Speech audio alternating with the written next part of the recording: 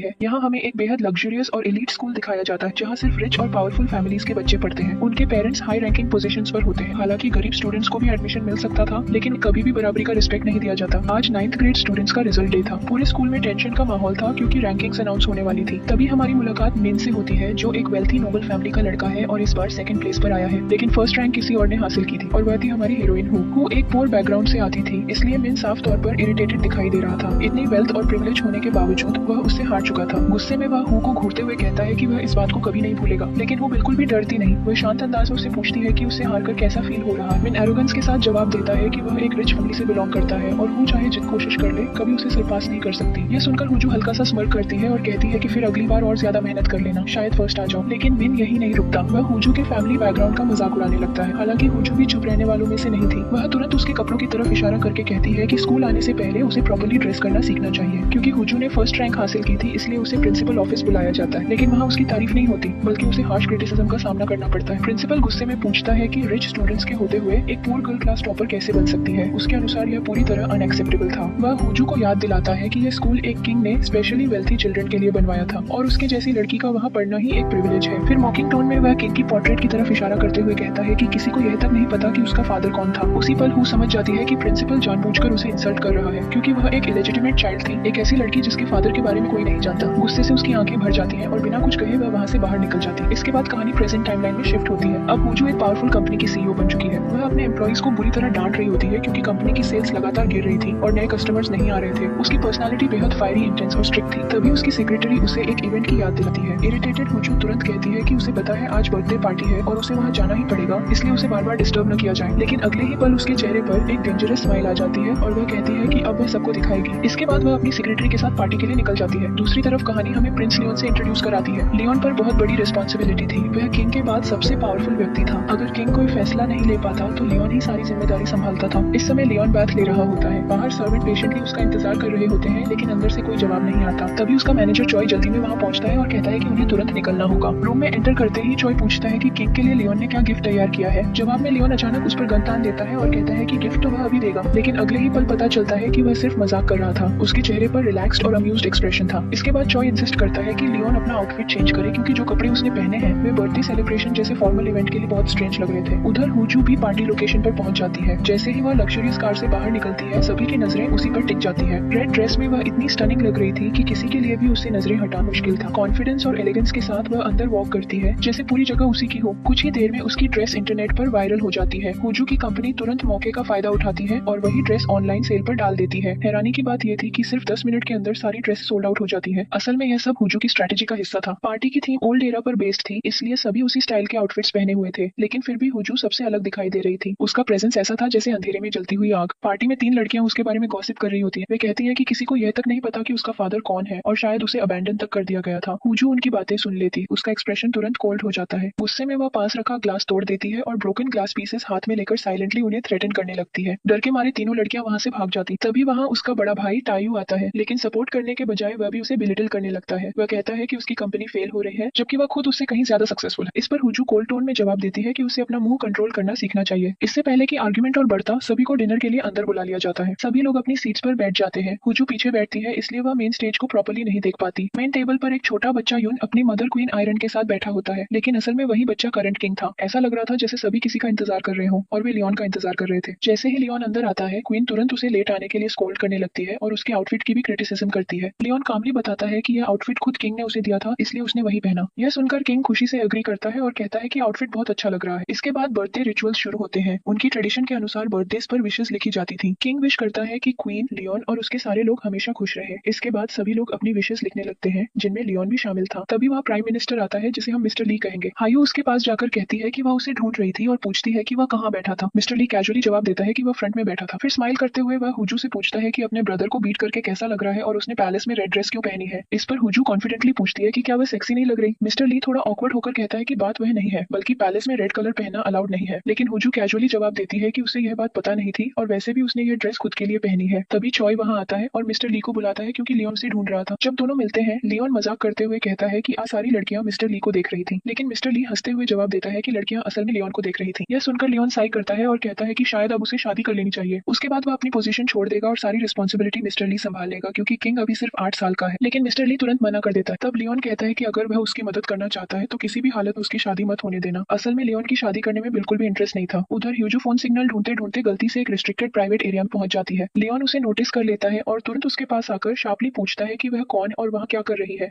Who खुद को explain करती है, लेकिन लियोन का एक्सप्रेशन और स्टर्न हो जाता है। वह कहता है कि यह कोई पब्लिक प्लेस नहीं है, यहाँ एंट्री फॉरबिडन है क्योंकि यह जगह सिर्फ रॉयल फैमिली के लिए रिजर्व्ड है। लियोन उसे वार्निंग देता है कि वह तुरंत वहाँ से निकल जाए क्योंकि यह जगह सिर्फ रॉयल फैमिली के लिए रिजर्व्ड है। वह यह भी कहता है कि सिर्फ जूनियर होने की वजह से वह उसे एक मौका दे रहा है। लियोन की बात सुनकर हु थोड़ी कंफ्यूज हो जाती है। तभी अचानक पूरे पैलेस में जोरदार एक्सप्लोजन की आवाज गूंजती है। अगले ही पल हर तरफ आग फैल जाती है और पूरा माहौल पैनिक से भर जाता है। सबको लगता है कि किंग अंदर फंस गया है। जैसे ही आग देखता है उसका चेहरा अचानक फ्रीज हो जाता है, उसका पूरा शरीर स्टिफ पड़ जाता है और उसकी आंखों में डर साफ दिखाई देने लगता है। असल में 3 साल पहले उसके फादर की भी इसी तरह आग में जलकर मौत हुई थी। किसी ने पैलेस में आग लगाई थी और उसी फायर इंसिडेंट में किंग की जान चली गई थी। इसी ट्रॉमा की वजह से लियोन पूरी तरह शॉक में चला जाता है। उधर केओस के बीच क्वीन तेजी से उसके पास आती है और बिना कुछ सोचे उसे जोरदार थप्पड़ मार देती है। गुस्से और डर से कांपती हुई वह चिल्लाकर कहती है कि क्या वह चाहती है कि उसका बेटा भी उसी तरह मर जाए जैसे उसके फादर की मौत हुई थी। लेकिन सच ये था कि किंग पूरी तरह सेफ था और उनके ठीक पीछे खड़ा था और ये सब वो अपनी आंखों से देख रही होती है। दूसरी तरफ मिस्टर ली बाहर खड़ा गहरी सोच में डूबा हुआ था। उसके दिमाग सिर्फ एक सवाल घूम रहा था, आखिर आग लगाई किसने? 3 साल पहले भी बिल्कुल ऐसा ही इंसिडेंट हुआ था जिसमें किंग की मौत हो गई थी और अब ऐसा लग रहा था जैसे हिस्ट्री खुद को रिपीट कर रही हो। इसीलिए वह तुरंत इन्वेस्टिगेशन शुरू करने का ऑर्डर दे देता है। कुछ देर बाद ह्यू अपनी सेक्रेटरी से मिलती है और उसे फायर इंसिडेंट के बारे में बताती है, लेकिन सेक्रेटरी डेंजर की चिंता करने के बजाय घबराकर सबसे पहले लियोन के बारे में पूछती है कि वह ठीक तो है। यह सुनकर वो इरिटेटेड हो जाती है और उससे पूछती है कि आखिर उसे लियोन की इतनी चिंता क्यों हो रही है, क्या वह उसकी फैन है या कुछ और। फिर वह कैजुअली कहती है कि बेहतर होगा वे शांति से घर चले जाएं। इसके बाद कहानी फिर से ह्यू के पास में चली जाती है। हु याद करती है कि एक बार वह स्कूल के रिस्ट्रिक्टेड एरिया में आर्चरी प्रैक्टिस करने गई थी। वह जगह सिर्फ सिलेक्टेड स्टूडेंट्स के लिए थी। तभी वहाँ लियोन आ जाता है और उससे पूछता है कि वह कौन है और वहाँ क्या कर रही है। हु हॉनेस्टली बताती है कि वह उसी स्कूल में पढ़ती और 9th ग्रेड की स्टूडेंट है। इस पर लियोन कोल्ड टोन में कहता है कि 10th ग्रेड से नीचे के स्टूडेंट्स को वहाँ आने की परमिशन नहीं है, लेकिन वो भी तुरंत उससे सवाल पूछ लेती है कि फिर वह खुद वहाँ क्या कर रहा है। लियोन कामली अपना अप्रूवल दिखाता है और कहता है कि उसे परमिशन मिली हुई है। यह देखकर ह्यू क्यूरियस हो जाती है और पूछती है कि आखिर उसे यह परमिशन मिली कैसे। फिर वह बताती है कि अगले दिन उसका मैच है और वह सिर्फ प्रैक्टिस करने आई। इतना ही नहीं, वह की दिखाकर कहती है कि उसने यह चाबी अपने क्लासमेट मिन से चुराई है। हाँ, वही मिन जो शुरुआत में 2nd रैंक पर आया था। हालांकि ह्यू को यह नहीं पता था कि मिन के पास वह की आई कहाँ से, लेकिन उसे उससे कोई फर्क नहीं पड़ता था। उसके लिए सबसे जरूरी चीज जीतना था। इतना कहकर वह वहाँ से चली जाती है। इसके बाद कहानी वापस प्रेजेंट में लौट आती है। अब क्वीन लियोन को थप्पड़ मारने के लिए अपोलोजाइज कर रही होती, लेकिन लियोन सरप्राइजिंगली काम रहता है और कहता है कि किंग सेफ है, बस यही सबसे इंपॉर्टेंट बात है। हालांकि वह यह भी कहता है कि उसे थप्पड़ मारना उसे बिल्कुल पसंद नहीं आया। क्वीन अभी भी डरी हुई थी। वह कहती है कि पैलेस में आग लगी थी और किंग मर भी सकता था, लेकिन लियोन को कुछ नहीं हुआ। यह सुनकर लियोन का एक्सप्रेशन थोड़ा कोल्ड हो जाता है। वह पूछता है कि आखिर इसमें उसकी क्या गलती है और उससे क्या उम्मीद की जा रही है। इसके बाद क्वीन उसे ऑर्डर देती है कि जिसने भी यह सब किया है उसे ढूंढ कर निकाल, और अगर वह सच में किंग की रिस्पेक्ट करता है तो उसे उसी लड़की से शादी करनी होगी जिसे क्वीन चुनेगी। लियोन यह सुनकर चुप हो जाता है। इसके बाद कहानी एक बार फिर पास्ट में चली जाती। जब लियोन छोटा था तब उसका फादर किंग हुआ करता था। जैसा पहले बताया गया था, लियोन हमेशा स्टडीज में बहुत अच्छा परफॉर्म करता था और एक्सीलेंट मार्क्स लाता था, लेकिन उसका फादर कभी उसकी अचीवमेंट्स की परवाह नहीं करता था। ऐसा लगता था जैसे लियोन चाहे कुछ भी कर ले, उसकी कोई वैल्यू ही नहीं थी। इसके बाद कहानी वापस प्रेजेंट में लौटती है। अब हुजू अपनी कंपनी के चेयरमैन यानी अपने फादर से बात कर रही होती है। उसका फादर उस पर शादी का प्रेशर डाल रहा था, लेकिन जिस आदमी का रिश्ता वह दिखाता है उसकी इनकम ह्यू से कम थी। यह सुनते ही ह्यू तुरंत गुस्सा हो जाती है और कहती है कि वह कभी ऐसे आदमी से शादी नहीं करेगी जो उससे कम कमाता हो। कम से कम उसका लेवल उसके बराबर तो होना चाहिए। तभी वहाँ तायू अपनी वाइफ के साथ आता है। दोनों ने मिलकर हुजू के लिए एक पोटेंशियल ग्रूम भी चुन लिया था, लेकिन हुजू हमेशा की तरह शार्प टंग के साथ जवाब देती है। वह अपनी भाभी से कहती है कि क्या उसने तायू से शादी करने से पहले कुछ चेक भी किया था, क्योंकि आखिर में उसे इतना पैथेटिक लूजर मिला। यह सुनकर तायू की वाइफ क्लियरली ऑफेंड हो जाती है और तायू खुद गुस्से में भर जाता है। वह कहता है कि ह्यू उसकी वाइफ की इंसल्ट नहीं कर सकती क्योंकि वह उसकी सिस्टर है, लेकिन वो बिल्कुल फर्मली जवाब देती है कि चाहे कुछ भी हो जाए वह शादी नहीं करेगी। यही कहानी थोड़ी कंफ्यूजिंग लगने लगती है। अब तक ह्यू को इलेजिटिमेट और फादरलेस बताया जा रहा था, लेकिन यहाँ उसके फादर और ब्रदर दोनों दिखाई दे रहे थे। असल सच क्या है ये अभी रिवील नहीं किया गया था। दूसरी तरफ क्वीन के प्रेशर की वजह से लियोन आखिरकार शादी के लिए अग्री कर देता है। उधर हुजू फिर से अपनी कंपनी मीटिंग में एम्प्लॉइज पर गुस्सा निकाल रही होती है। वह अपनी पर्सनल फ्रस्ट्रेशन उन पर उतार रही थी। उसकी सेक्रेटरी उसे रोकने की कोशिश करती है और कहती है कि अपने पर्सनल इश्यूज एम्प्लॉइज पर निकालना गलत है, लेकिन हु अपने ईगो और प्राइड में पूरी तरह डूबी हुई थी। इसी बीच लियोन पैलेस से बाहर निकलते समय एक ऑफिशियल से टकराता है। वह कैजुअली कहता है कि वह घर जाकर रेस्ट करेगा, लेकिन ऑफिशियल उसे रोकते हुए कहता है कि अगर वह चला गया तो किंग को प्रोटेक्ट कौन करेगा। बाद में वही ऑफिशियल क्वीन को भी डांटता है और कहता है कि वह लियोन के साथ ऐसा बिहेवियर नहीं कर सकती क्योंकि पब्लिक पूरी तरह उसके सपोर्ट में है। उधर ऑफिस में ह्यू अपने फादर द्वारा भेजे गए मैरिज प्रपोजल्स की लिस्ट देख रही होती है। सभी मेन बिजनेसमैन थे और उनमें से कोई भी उसे इंप्रेसिव नहीं लग रहा था। फ्रस्ट्रेटेड होकर वह अपनी सेक्रेटरी को बुलाती है और कहती है कि कम से कम उनमें से कोई पॉलिटिशियन तो होना चाहिए था, क्योंकि पॉलिटिशियन से शादी करना फ्यूचर में बेनिफिशियल रहेगा। दूसरी तरफ लियोन घर लौट चुका था और अकेले आराम से अपना टाइम एंजॉय कर रहा था। तभी चॉय उसे बताता है कि उसके आउटफिट की वजह से पब्लिक में पॉजिटिव बज़ फैल गया है। लोग उसके ड्रेस को बहुत पसंद कर रहे हैं और वह न्यूज तक में आ चुका है। उसी समय ह्यू की कंपनी में भी सभी वही न्यूज देख रहे होते हैं। ड्रेस ट्रेंड कर रही थी। यह देखकर ह्यू ध्यान से लियोन को देखती है और धीरे से कहती है कि वह सच में काफी अच्छा लग रहा है, शायद उसे उसी से शादी कर लेनी चाहिए। उसकी सेक्रेटरी यह सुनकर शॉक्ड रह जाती है और पूछती है कि क्या उसे पता भी है कि वह किसके बारे में बात कर रही है, लेकिन हु कॉन्फिडेंस के साथ कहती है कि बस एक बार लियोन उसे देख ले, फिर सब समझ जाएगा। उसे पूरा भरोसा था कि लियोन पहली नजर में उस पर फिदा हो जाएगा। हालांकि उसकी सेक्रेटरी तुरंत जवाब देती है कि लियोन उसे जानता तक नहीं, फिर वह उससे शादी क्यों करेगा। लेकिन वो बिना हेजिटेट किए कहती है कि लियोन को मीटिंग रिक्वेस्ट भेजो। कुछ ही देर में वह रिक्वेस्ट चॉय तक पहुंच जाती है और वह लियोन को इसके बारे में बताता है। लियोन कंफ्यूज होकर पूछता है कि आखिर वह लड़की है कौन। तब चॉय बताता है कि वह कैसल ग्रुप की डॉटर है, इलेजिटिमेट है, लेकिन केपेबल भी है और अच्छी इनकम अर्न करती है। लेकिन लियोन तुरंत साफ मना कर देता है और कहता है कि वह उससे नहीं मिलेगा। जब हु को रिजेक्शन मिलता है तो वह पूरी तरह स्टंट रह जाती है। उसे यकीन ही नहीं होता कि किसी ने उसे रिजेक्ट कर दिया। इसके बाद वह दूसरी रिक्वेस्ट भेजती है, फिर रिजेक्शन, तीसरी रिक्वेस्ट, फिर रिजेक्शन। ऐसा कई दिनों तक चलता रहता है। आखिरकार अपना प्राइड साइड में रखकर वह आखिरी मैसेज भेजती है कि वह उसकी जूनियर स्टूडेंट रह चुकी है, इसलिए कम से कम एक बार उससे मिल ले। यह पढ़कर लियोन पहली बार रुक जाता है। जूनियर, ये वर्ड उसका अटेंशन खींच लेता है और आखिरकार वह मीटिंग के लिए अग्री कर देता है।